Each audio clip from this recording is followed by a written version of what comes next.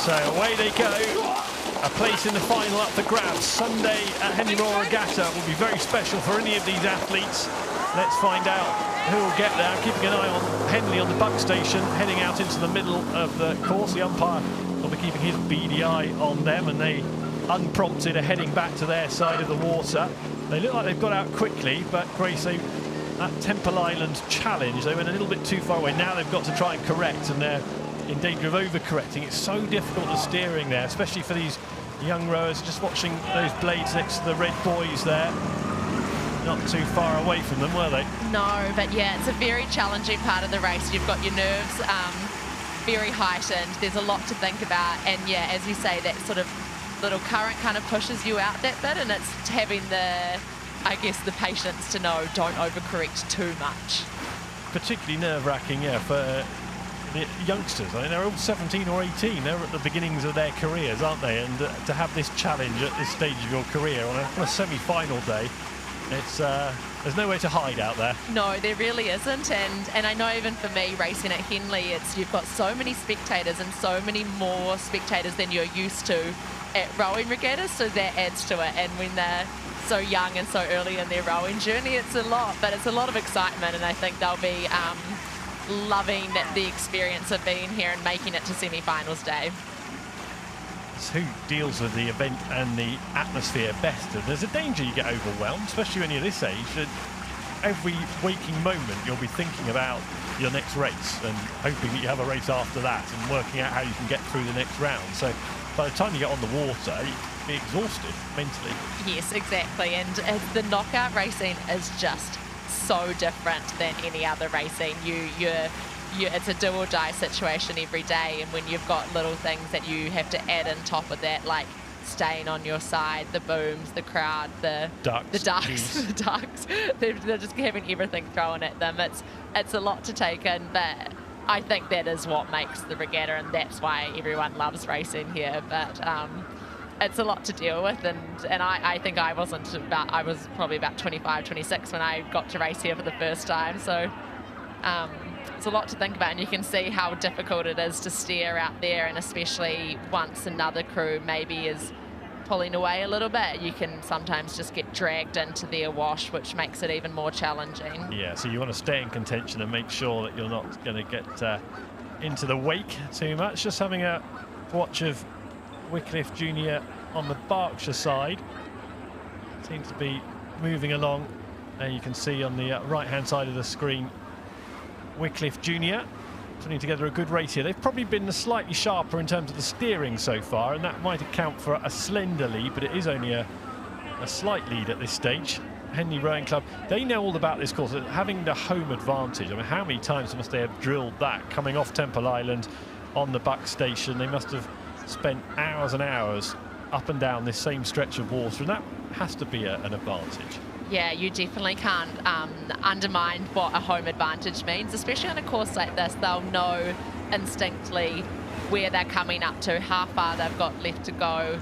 They'll probably know where there's little open bits where you get a gust of wind, and we sort of saw a few flags before. It looks like it's got quite a good old side wind out there, so those little things they'll be more aware of, and hopefully will be hoping to use it in their favour. They often say that the side wind helps one station and the current helps another.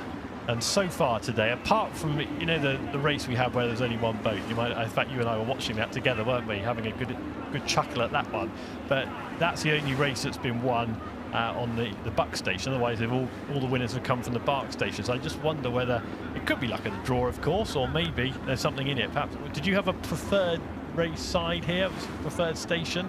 Yeah, I did, but it wasn't actually anything to do with, I don't know, the wind or the current, but I personally always felt more relaxed and more comfortable when my side, and I was bow side, was near the booms. Okay. It seems, I think where we rode in New Zealand, we always had our bow side on the bank, so I felt more at home like that, and that's how we steered. So you're on the buck station? Yes, I like the buck station, and yeah. Further away from the crowds, Yeah, further away from the crowds, especially. I think one year we had a Saturday evening race at about 6 p.m. or something. So I think being about slightly away from the raucous crowd was good. Although closer to the wash from the pleasure craft that go up and down on the other side of the water, on the other side of the boom. So yeah, you have to contend with all sorts here.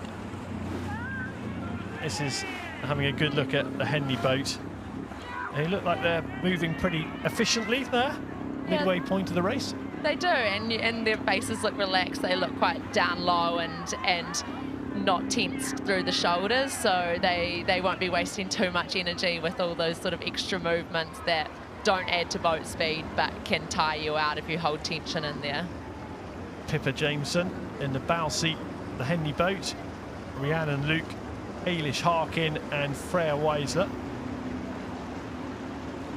Just keep an eye on what's in the water. Can you see there's a little bit of floating debris? I think it's a bit of tree that's perhaps come across. They'll be pleased to have got through that. They're the sorts of things that can crop up though and completely destable you. You've got Wycliffe Junior A in the lead boat here, but things like that doesn't happen in Olympic Games. No, it really doesn't. And to be honest, I quite liked that at Henley because your mind does focus on other little things. It's not all about the pain and how much you're hurting and how much you've got left to go. You're dealing with wash and debris and swans and ducks and crowds and boats and everything. So there's a lot to distract you along the way. And you can't really relax even if you're out in front, because as you can kind of see the side wind still pushing them over. So even if you're out in front, like, you've got to be aware of where you are and what might come up.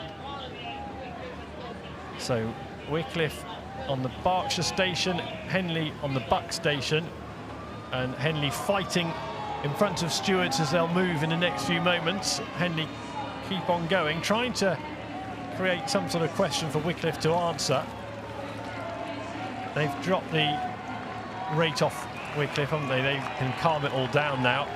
They know that they've got potentially a tougher challenge tomorrow, and they'll need everything for that. And the Wycliffe boat there, you can see Lily Martin in the bow seat, setting the tempo with the stroke Ella Fullman. And this must be a nice feeling. Semi-finals, Henley Royal Regatta, packed stewards enclosure. You're only 17 years old and you're cruising to the finish line. That'd be a nice boat. You'd swap places with them now, wouldn't you? I would, especially now I'm on the other side, the retired side of it. I would swap places with them. I'm sure they have enough of a lead to kind of be enjoying this moment, taking it in and enjoying the crowd as they sort of clap them home in the last sort of dying stages of the race. A couple of them have got previous Henley Royal Regatta experience, but for this four, the Wycliffe boat that you can see there, the four of the athletes who go over the line now, will be one of the biggest moments in their career so far. Lots more bigger to come, and well done to Henley, the local boat. Good performance from them in the semi-finals on their water they know so well. So the Jubilee. Impressed with Wycliffe? They'll be in the final tomorrow? I think very well rowed for them. They came out, they sort of looked like they did the start quite well, but then were able to settle onto a very long and strong rhythm and didn't look like they had to sort of go above and beyond too much. So rowed a pretty consistent and solid race,